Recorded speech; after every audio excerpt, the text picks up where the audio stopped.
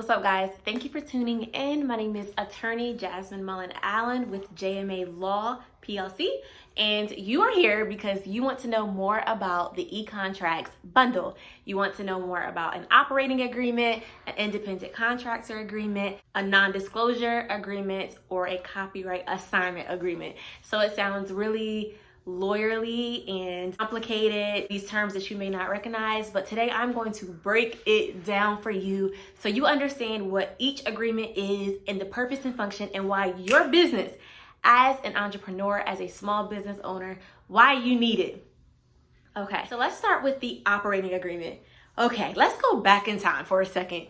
When I think of an operating agreement, I think of a roommate agreement, right? So think back to college. If you didn't attend a 4-year university, think to a time where you had to share a space with someone, maybe your rental agreement, or maybe just growing up with your siblings, right? You had to lay down the law for the land. You had to figure out, okay, this is my space. This is my bed. This is my closet. Don't come over here. I hang my stuff up over here. You know, I put all my important stuff under my bed. This is my stuff. Don't touch it. But the light, for example, when you walk into the room, turn the light on. That's kind of your shared use. That's something that the both of you as roommates use. You may have shared a bathroom, right? And so you have to coordinate. I take my showers in the morning. You can take your showers at night. I'll make sure I clean the tub and clean the sink. And it's like so many different things that you guys have to determine in order for this relationship, in order for this space to work, right? You can't just go into it and say, all right, let's just move in together, right? You can't just go into it and say, okay, I just keep my stuff over here, you keep your stuff over there. You have to go ahead and list out the details on the things that you guys are going to share. Sometimes, you may share kitchen spaces or hallway areas, or even parking. And the question is, how are you going to determine where you park, where your roommate parks? Or what if your roommate likes to have a lot of company? I know we have a lot of experiences with roommates, some good and some bad, but a lot of our experiences come from them, not honoring what they say they would do, or there not being some type of agreement or understanding about how we're going to do this roommate relationship. Or if it's your siblings, you may go to your parents and say, such and such ain't doing this, or they not cleaning up, or it's their turn to clean the bathroom.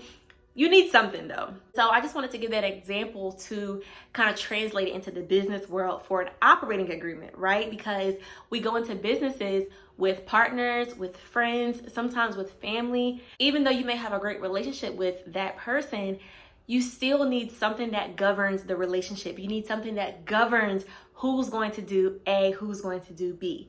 And one example of that is money, right? Because ultimately, it really comes down to money and time. Who's putting up the money? Who's putting up the time? Who's making the decisions? Who gets to decide this? Who's paying the most money? Like, it really comes down to money and time when it comes to going to business. Okay, so stay with me. I'm going to talk about capital contribution really quick. Now, as many of you know, when you start a business, you have to have some money going in. There are resources like loans and grants to help you get started. There are lawyers and accountants you can speak with to kind of guide you, but regardless, you need some type of money to get started. And so if you're going into a business with someone, right?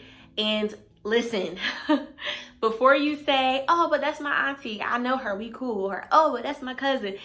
Guys, as an attorney, I see every day people who have great relationships at first, and then throughout this interaction, throughout this business, throughout their dealings, things go bad. And the question is, when things go bad, what do you have holding you accountable? Or when there's some type of confusion or disagreement, which happens because we're people, right? What can you point to say, oh, but we agreed in our operating agreement, for example, that this is what was going to happen? So there may be somebody who is going into a business with a friend, for example, and they might say, hey, I have this idea, like we should have this Black-owned ice cream shop, on 5th and 5th. I'm just making up a street. And we should do roll-up ice cream, and we should do all these different types of ice creams, and we can do discounts for other business owners. And they have this great idea. and they're pitching it to their friend, and their friend says, I love that idea, let's do it, I'm in, I have 100K to invest in this business. They may have some money to front to help invest in this business, and so the two are joint owners, they're partners going into this new business venture for this ice cream shop, right? Let's just call it K&K, just literally making it up. So K&K ice cream shop, Katrina, she, had this great idea. She's a visionary. And Courtney, the other K, she's the one that's putting up 100K. And, they get started. They start thinking about locations. They start thinking about the types of ice cream and all the really fun, creative stuff. And they start, meeting together. And all those things are great. Then they contact an attorney like myself and they say, hey, can you help us with our LLC formation? We know we can do it online, but we want to know, some tax benefits. We want to know the importance of an LLC. We want to know things we need to keep in mind as small business owners, different resources. And so we're going to book you. And that's the advantage of having an attorney. Yes, sure, we can do this online, but when we have an attorney, they're going to be looking out for our best interests. And we know that you're going to advise us on all these important considerations to make in starting a business. So they come to me, and so I'm sitting in front of K&K, and we do our LLC. I tell them, hey, you really should get an operating agreement. I know you guys have a great relationship. I know you know this. I know deep within your soul you feel as though this is gonna go very well. However, it's important that you have something to hold you accountable. You have something that governs your dealings. I'll say, Katrina, you have this great idea, but Courtney is putting up the money. So who has more ownership? What if there's this decision about we want to start hiring, or there's this decision of let's do ice cream to go and start doing drop-offs? Who's going to make that decision?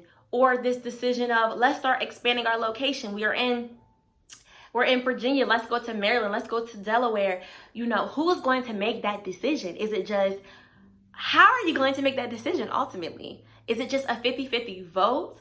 Well, what if, you have 3 business partners? Is it just 2 out of 3? You may say, oh, that's just common sense. But at the end of the day, what's governing the parties in order to make decisions? And so in an operating agreement, you have an approval process. When you're making a decision, there has to be either a 50-50 vote, or because such and such, let's say, since she put in 100K, she might have a greater ownership interest in the business. And honestly, I would think so.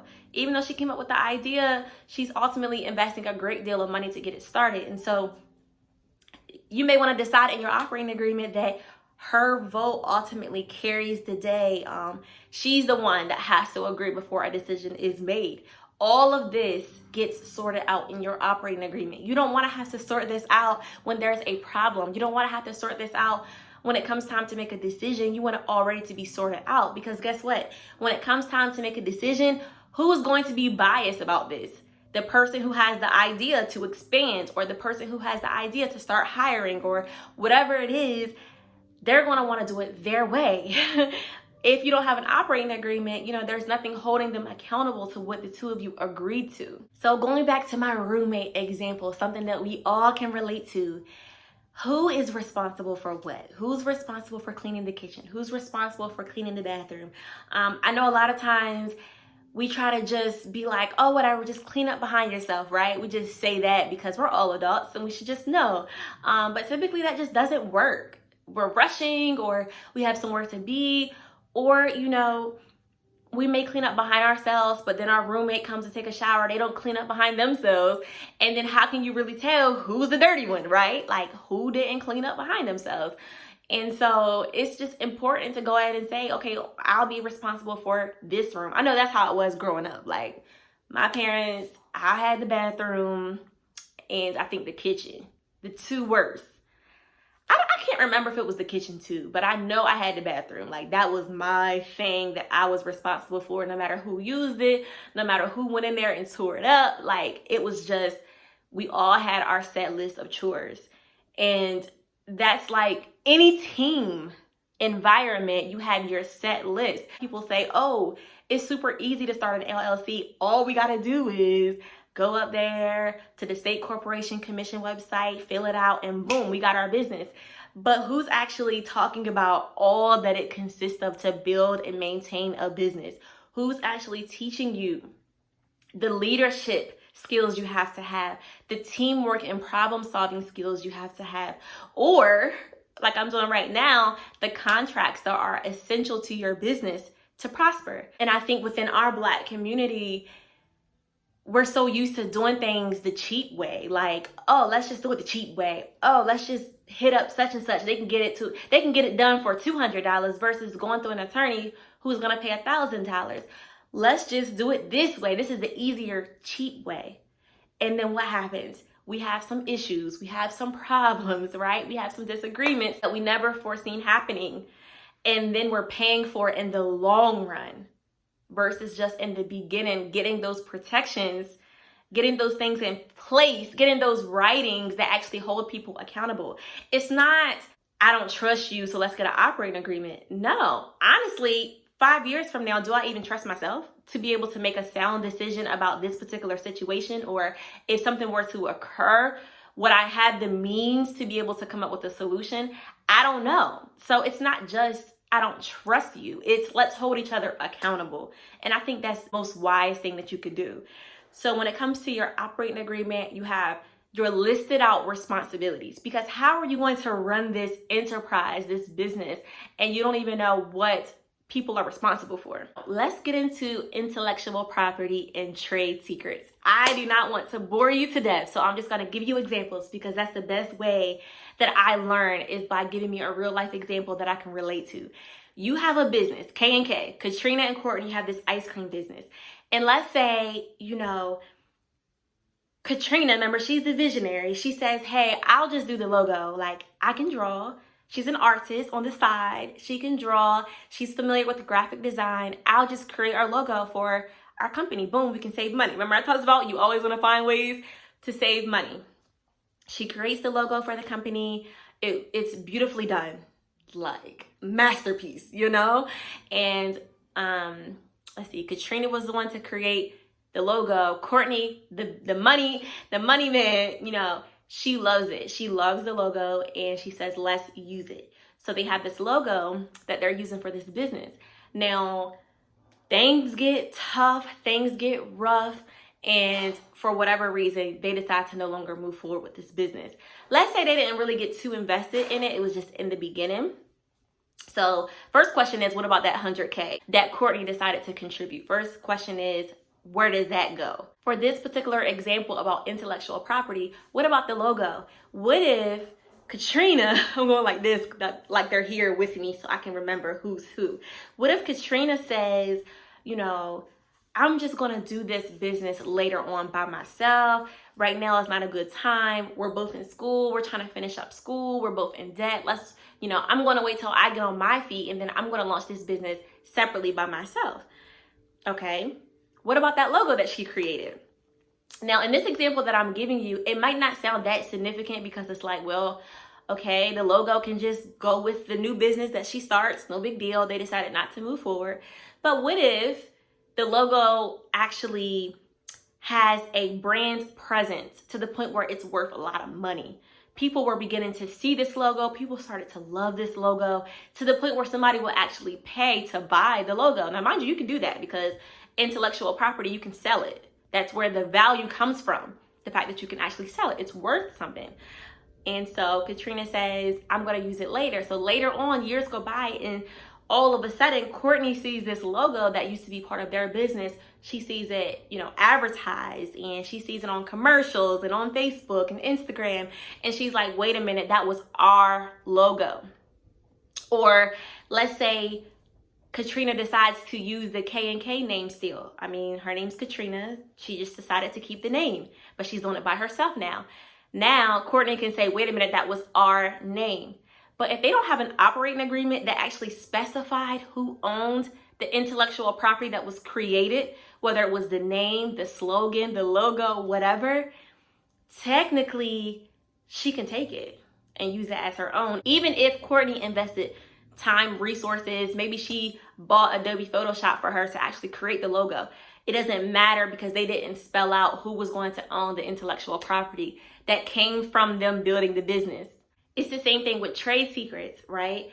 Trade secrets are information, confidential information within a company that holds value within the company. In other words, there's stock invested. In other words, this is how the company makes money.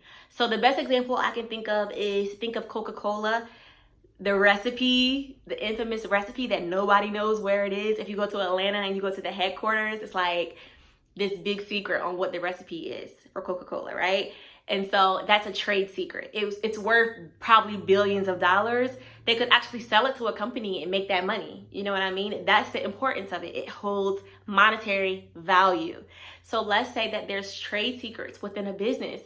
While everything is going good, it's like, whatever, it's a secret, don't tell nobody, period. But when things go bad, and if they get really bad, Courtney over here can run off. Let's say they have this vanilla chocolate caramel recipe for this ice cream that they created. It doesn't exist anywhere else. The portions of it, you know, the ingredients that they add, it's creamy, it tastes natural. You can't get it anywhere else, to the point where it holds value. Everybody knows K&K has the best ice cream, and you're not gonna get it nowhere else. And so they have this ice cream that's really good, and there's a trade secret for what the recipe is to this ice cream. Now, mind you, if they don't have this operating agreement, they're not calling it a trade secret. They're just saying, don't tell nobody. You know how your mama and your aunties and them do. I can't tell you my recipe, baby. Like, you know how they do. But this is important because you're making money off of what this special recipe is. Now, if there's nothing in the operating agreement that says all trade secrets of this business is owned by the company, all intellectual property from this business is owned by the company. If it's owned by the company, then that means whoever owns the company is who has access to it. So when the company is sold, or, you know, like I was telling you before, Katrina decided to start the business again, it's owned by the company. So it goes with the business, right? But that trade secret, that ice cream recipe that they created, that, you know, Courtney might have thought through and said, you know, this is the best ice cream recipe ever. If there's not something that's actually protecting that as a trade secret, she could go and take that and start her own thing. Or remember, I was saying Katrina, when she starts her business later, she could take that same recipe from before and now, you know, make it part of this new business that she started. This stuff is very serious. But here's the thing. Let me talk to you real quick. Brief intermission. Okay, so as I stated, those of you who watch this entire video is going to get the code, the secret code for the 50% discount. Okay, 50%, which means you'll be able to purchase these contracts for $200 total. All right, the code, the first word for the code is founders. FOUNDERS. Stay tuned to get the second word. If you don't have a $1 million mentality as you're building your business, if you don't have a mentality that I'm going to make millions from this, this is going to grow, this is going to be an enterprise, I'm going to expand, right? If you always keep this small business mentality, mom and pop shop for your business, now mind you, that might be where you are and where you plan to stay, and that's fine. But for those of us that's ready for more, that wants financial freedom and generational wealth and wants to be able to pass things to our kids, those are the people that I'm talking to. Because this stuff gets important when money, and I mean real money, gets involved. I'm not talking about $200, $300 here. I'm talking about millions. I'm talking about thousands of dollars that holds value within your company because of something that you created, or the name you came up with, or the logo, right? To the point where it has actual value. It can be sold. It could be, you know, given to someone. But at the end of the day, right, you want to protect it, even with your own partner. There are many components of an operating agreement. I don't want to get into every single one of them, but another major component is the dissolution and winding up of the business. What's going to happen if you guys decide, K&K, Katrina and Courtney decide we don't have the financial means or the resources to keep up, or the timing? We're going to have to wind this business up. We're going to have to basically stop. We're not going to do this anymore. Okay, but remember, Courtney put $100K into the business, but is it just, okay, you know, give me my money back? Is that fair to say? If yes, she invested the 100K, but Katrina had the idea, maybe Katrina did the day-to-day management of the business to the point where she's worked so much, she might not have worked worth $100,000 worth of time, but she at least has some of that money because of the time that she put in. How are you going to be able to determine how the money gets split up? Thanks for making it this far for this video. The second word for the promo code is flex. You've already heard the first word. I spelled it out for you guys. The second word is flex. F-L-E-X. So you take the first word, you put it with the second word, and you'll be able to get your 50% discount for the e-contracts bundle. Money and time. Money and time. How are you going to pay her for her time, but how are you going to pay her back for the money that she put in? An operating agreement. The operating agreement, you list out, this is what's going to happen if we decide to no longer move forward with this business. This is how much money you're going to get out of it. This is what you're going to get. It might be a percentage. It might be a fixed number, but the important thing is you agreed on it before it happens. We don't want to get to the point of winding up the business. Now we're scrambling, trying to get receipts, trying to go back to that 100K that she didn't invest in. But then, you know, Katrina might say, but remember that one time, she might say, I sold my personal car to the business. Right? So she might have a person, you can do this. She had a personal car and she said, you know what, I'm going to sell this to be used for K and K. And so she might try to say that there's more money that she's owed. What do? Like, you have to have guys, you have to have something. You have to have something to determine how you're going to handle winding up the business. It's almost like a will. We never want to think about death, right? We never want to actually think about not being here anymore. But we all know that our days are numbered. We don't know the day nor the hour, right? Like, it's going to happen to every single one of us. And the thing is, are you just going to wait for something to happen and then leave your family to figure everything out? Or are you going to figure everything out and sort it out to prepare? And that's what attorneys are for. In every single industry and area of law, we are here to help you prepare for those hard times, to prepare when somebody is on your premises and they fall and they slip. What did you have protecting yourself? What insurances do you have? You know, what type of liability do you have through contracts, or did they waive any type of injury that they have on your property? This operating agreement is crucial. It is absolutely crucial to your business. This is especially tailored and geared towards multiple business owners and partners, right? So get you an operating agreement. If you watch this and you say, hey, I just want to get an operating agreement, I don't necessarily need everything right now, my price is $125 for the operating agreement by itself. I don't offer any discounts just for a single contract. You are more than welcome to head over to jmalaw.org /shop. And you'll see an option to purchase just the operating agreement or any of the other contracts. You can do a la carte and just get them for $125. You can also schedule a free 15-minute consultation with me to talk more about this. You can do a power hour business strategy call where I can give you specific tailor-made advice for your business when it comes to filling out the different provisions of this operating agreement, or certain things you need to pay attention to, or certain things that you for your business might need that maybe other businesses might not need, or things that you may not need, right? And to really make this contract tailor-made for you. Thank you for tuning in. Be sure to catch the rest of the videos regarding the other e-contracts bundle, because if this was beneficial to you, those will be as well. Okay, so thank you for tuning in.